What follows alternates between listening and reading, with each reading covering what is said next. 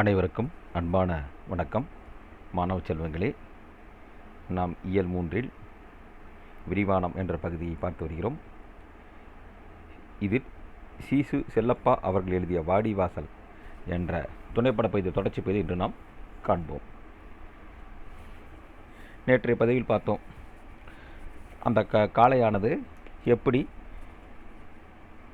ஒரு தவு, 2 தவு, 3வது தவுக்கும் அவன் நின்று விட்டான். 3 தடவையும் காலை அவனை உருட்டி எரித்து கிழித்திருக்க வேண்டும். அளவு பேசிக்கிறாங்க.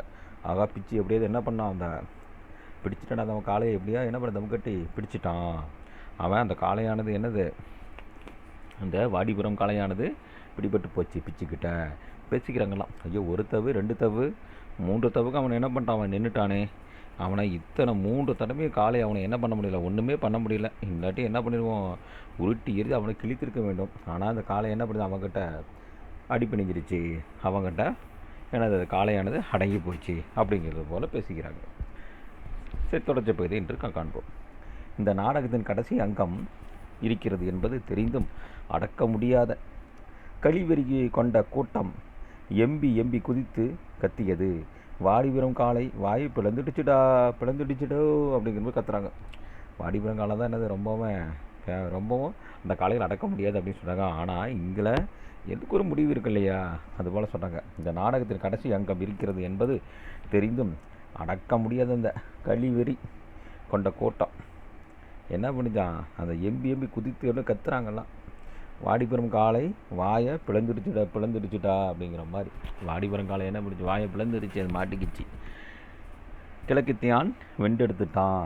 கிழக்குத்தியான் என்ன பண்ணுறான், வெற்றி கொடி காட்டிட்டான். நல்லதை என்ன பண்ணிட்டான், வெற்றி பெற்றுட்டான் அப்படிங்கிற போல் என்ன பண்ணலாம் பேசிக்கிறாங்க. பிச்சி அப்போ சொல்கிறான், மருதன் பக்கத்தில் இருக்கிறவங்கள சொல்கிறாங்களே, அவங்க சொல்கிறாங்க, பிச்சி காளையின் நெற்றி திட்டில் கை போட்டு கொம்புக்கு கொம்பு மாறி மாறி சுற்றி கட்டியிருந்த உருமாப்பட்டைக்கு அடியில் கை கொடுத்து ஒரு இழுத்தான். பிச்சு என்ன பண்ணுறான்னா, அப்போல்லாம் காலை நெற்றியில் என்ன பண்ணுறாங்க, நெற்றி திட்டில் கை போட்டான். கை போட்டு கொம்புக்கு இந்த கொம்புக்கு மாறி மாறி என்ன பண்ணுறாங்க, சுற்றி கட்டியிருந்த உருமாப்பட்டைக்கு அடியில் கை கொடுத்து ஒரு இழுத்தான். அதில் என்னென்ன இருக்கு பாரு, மெடல், அலங்கார சிறு தங்க நகைகள், அப்புறம் கோர்த்திருந்த சங்கிலியுடன் பட்டு துணி அவன் கைக்கு கொத்தோடு வந்து விட்டது. இப்போ என்ன பண்ணாம பாருங்க, அப்படியே ஒரு இழுத்தாம பாருங்க. அதில் அப்படியே அதில் என்னது எல்லாமே வந்துருச்சு. அதில் என்னென்ன வந்துச்சு பாருங்கள், மெடல் வந்துருச்சு, அலங்கார சிறு தங்க நகைகள், கோத்தின சங்கிலியுடன் பட்டு துணி அவன் கைக்கு கொத்தோடு என்னச்சு அப்படியே வந்துருச்சு. அப்படியே வாயில் கவ்வி கொண்டான். வாயில் அப்படியே வச்சு என்ன பண்ண, அப்படியே கவ்விக்கிட்டான். தரையில் பதித்த கால்களை அழுத்தி திமிலை சேர்த்து காளையை ஒரு தம் கொடுத்து எதிர்ப்பக்கமாக தள்ளிவிட்டு எகிரி பின்னால் பாய்ந்தான். இப்போ என்ன பண்ணுறாங்க, தனக்கு என்னது அதுதான் போட்டியில் அது எப்படியாவது நம்ம அந்த பரிசை பெறணுன்றது. அதை என்ன பண்ண, அதை எடுத்துட்டான்.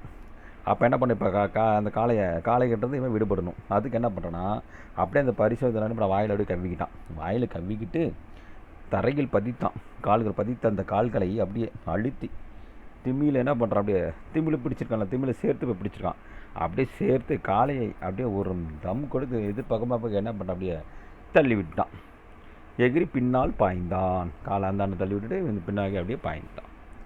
ஆர்ப்பரித்த வாடிபெறும் கூட்டத்துக்குள் நெருங்கி வர முடியாமல் திணறி பிச்சையை பார்க்க தவித்து கொண்டிருந்த கிழவன். அந்த கூட்டம் அவ்வளோ கூட்டம், பயங்கரமான கூட்டம் வந்துருச்சு. ஜல்லிக்கட்டுக்கும் போது தெரியும் நமக்கு எவ்வளோ கூட்டங்கள்லாம் இருக்குன்ட்டு. அந்த ஆர்ப்பரித்த வாடிபுரம் கூட்டத்துக்குள் நெருங்கி வர முடியாமல் திணறி பிச்சையை பார்க்க தவித்து கொண்டிருந்த கிழவன். அவங்க அப்பா சொல்கிறார், இந்தாம் அவனே என்ற உணர்ச்சி பெருக்கால் பிச்சையை பார்த்து அப்படியே உசிலூர் அம்பினியின் பேரை காப்பாற்றிட்டடா அப்படின்னு சொல்கிறார். நம்ம ஊர் பெருமை என்ன பண்ண, நீ அந்த பேரை காப்பாற்றிட்டடா நீ அப்படின்னு சொல்கிறார். அதை நீ மனுஷனுக்கு பிறக்கலடா, புலிக்கு பிறந்த பையன், வேறு எதை சொல்கிறது அப்படின்ட்டு போகிறார் என்று உருமாப்பட்டையை நீட்ட பிச்சியின் கண்களில் இருந்து ஆனந்த கண்ணீர் வழிந்து கொண்டிருந்தது அப்படிங்கிறார். அப்படியே 6 பேர் அந்த கூட்டத்துக்குள்ளே அப்படியே உள்ளே பூந்து அப்படியே வெளியே நெருங்கி வளமை திணறி அப்படியே வராரு.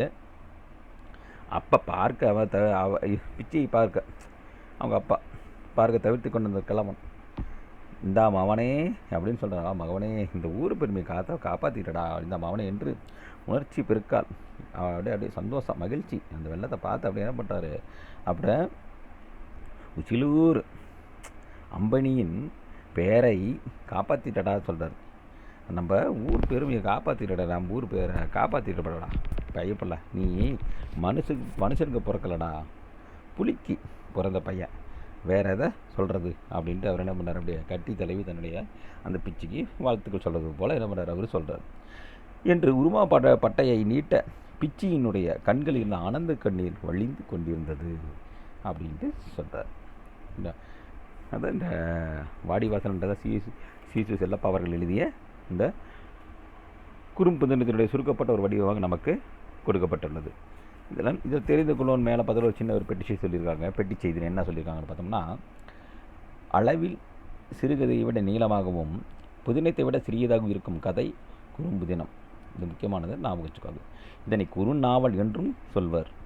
சிறுத்தைக்கும் புதினத்துக்கும் இடைப்பட்ட வடிவம் என்றும் கொள்ளலாம் அப்படின்ட்டு சொல்லியிருக்கிறார். இதான் இதில் வரக்கூடிய வாடிவாசல் இதுதான்.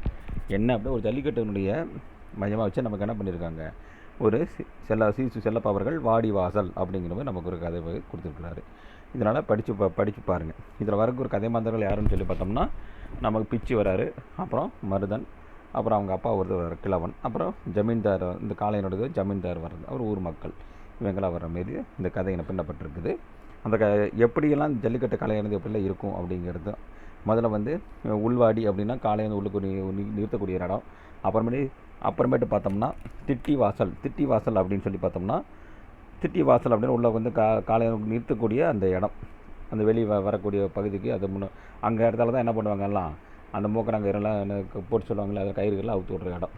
அப்புறம் அது காளை வெளியே வரக்கூடிய இடம் தான் என்னது, வாடி வாசல் அப்படிங்கிறது. அந்த இதுதான் நம்ம இந்த பகுதியில் பார்த்த பகுதி. இதில் பார்த்தோம்னா இந்த காளைகளுக்கு நிறைய சிறப்புகள்லாம் இருக்குது. அதான் நீங்கள் இந்த துணைப்பட பகுதி ஒரு முறை நல்லா படித்து பாருங்கள். இதுதான் அந்த வாடிவாசல் பகுதி எப்படி இருக்கும் அப்படிங்கிறது நமக்கு வாடிவாசனுடைய அமைப்பு. ஏறுதழுவல் எப்படின்னா, அதான் சொன்னோம்னா ஜல்லிக்கட்டு தான் நம்ம என்ன பண்ணுறாங்க, களித்தகையில் கூட ஏறுதழுவல் அப்படிங்கிறது நேற்று கூட சொன்னேன். ஏன்னா அந்த காலத்துலலாம் அப்படியெல்லாம் இருந்தது. ஏன்னா எந்த ஒரு பெண்ணானவள் காளை மாட்டை அடக்கினா தான் அந்த என்னது திருமணம் செய்து கொள்வோம் அப்படி நடைமுறைகளெல்லாம் இப்போ அந்த பல நூற்றாண்டுக்கு முன்னெல்லாம் இருந்தது அப்படின்ட்டு சொல்லியிருக்கிறாங்க. சரி, அது கூட நமக்கு பாருங்களேன், அப்படியெல்லாம் கூட சிலை போன்ற வடிவில் கூட நமக்கு இருந்திருக்கு. இந்த படம் பார்த்தோம்னா தமிழ்நாடு அரசு அண்மையில் கூட நம்ம புதுக்கோட்டை மாவட்டம், நம்ம சொன்ன ஜல்லிக்கட்டுடைய சொர்க்க பூமியாக விளங்குவது எந்த மாவட்டம் அப்படின்னு சொல்லி பார்த்தோம்னா அது புதுக்கோட்டை மாவட்டம். புதுக்கோட்டை மாவட்டத்தில் கூட என்ன பண்ணிருக்காங்கன்னா, இப்போ காளையை அடக்கிற ஒரு மாடுபிடி வீரன் ஒரு காளையை அடக்குவது கூட ஒரு சிலையை கூட அண்மையில் நம்மளுடைய தமிழக முதல்வரால் திறந்து வைக்கப்பட்டுள்ளது. இது காங்கேயம் காளை. இந்த ஜல்லிக்கட்டுக்கு பெயர் பட்டவர் காங்கேயம் காளையடா அப்படின்னு சொல்கிறோம்ல நம்ம, காங்கேயம் காளை அப்படிங்கிற அது போல தான். இந்த காங்கேயம் காளையை பற்றி நம்ம கொஞ்சம் தெரிஞ்சுக்கணும். அந்த காங்கேயம் காளை என்பது பார்த்தோம்னா, இந்திய நாட்டில் தமிழ்நாடு மாநிலத்தில் திருப்பூர் மாவட்டத்தில் உள்ள காங்கேயம் தாலுக்காவில் உட்பட்ட பகுதிகளிலும் ஈரோடு, கரூர், நாமக்கல், தாராபுரம் போன்ற பகுதிகளில் விவசாய பணிக்காக வளர்க்கப்படும் ஒரு வகை நாட்டு மாடு இனம் ஆகும். இந்த வகை இனங்கள் இந்தியாவில் பிரசித்தி பெற்ற உள்நாட்டு இனம் ஆகும். இந்த வகை காளை வகைகள் காங்கேயம் காளை அப்படின்னு சொல்லலாம். இதனுடைய இது பெயர் பெற்றது காங்கேயம் காளை. சரி, அது மட்டும் இல்லாமல் இது தென்னிந்தியாவில் அடையாள சின்னமாக இந்த காளைகள் போற்றப்படுகின்றன. நம்மளோட தென்னிந்தியாவுடைய அடையாள சின்னமாக இந்த காளைகள் என்ன பண்ணுறோம், போற்றப்படுகின்றன. காங்கேயம் காளைகள் 4000 முதல் 5000 கிலோ எடையுள்ள வண்டிப்பாரத்தை சுமக்கும் திறன் கொண்டவை. இந்த காங்கேயங்கள் சாதாரணமாக கிடையாது. 4000 முதல் 5000 கிலோ வரையோட இடையில வண்டி பாரத்தை கூட நம்ம இது இழுக்கும், அப்படி திறன் கொண்டதுன்னு சொல்கிறாங்க.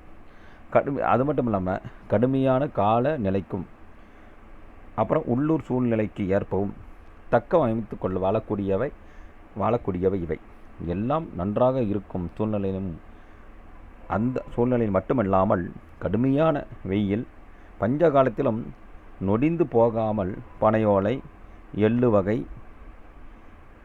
எள்ளு சக்கை, அப்புறம் கரும்பு தோகை, அப்புறம் வேப்பந்தலை என இப்படிப்பட்ட இப்படிப்பட்ட உணவு வகையில் கூட சாப்பிட்டு உயிர் வாழக்கூடிய ஒரு இனம் ஆகும். இதில் அதிக சக்தி உண்டு. அது மட்டும் இல்லாமல் இதில் பார்த்தோம்னா இதிலே வரக்கூடிய இந்த காங்கேயங்களை பஸ்ஸில் இருக்குது இல்லையா, இந்த காங்கேயம் பஸ்ஸு பார்த்தோம்னா ஒரு நாளைக்குன்னு பார்த்தா சுமாராக தான் 1.8 முதல் 2.0 லிட்டர் பால் வரை தான் இது கொடுக்கும் தன்மை கொண்டவை. இதனால் விவசாயத்துக்கு விவசாயத்தினுடைய இந்த இனங்களும் விவசாயம் இதில் வச்சு அதிகம் விவசாயத்துக்கு பயன்படுத்தலை. விவசாயம் குறைவே, இந்த இனங்களும் குறைந்து காணப்படுகின்றன.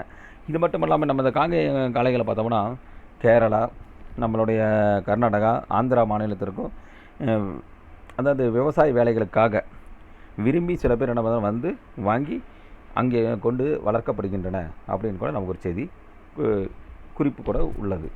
சரி மாணவ செல்வங்களே, உங்களை மீண்டும் அடுத்த பதிவில் சந்திக்கிறேன். நன்றி, வணக்கம்.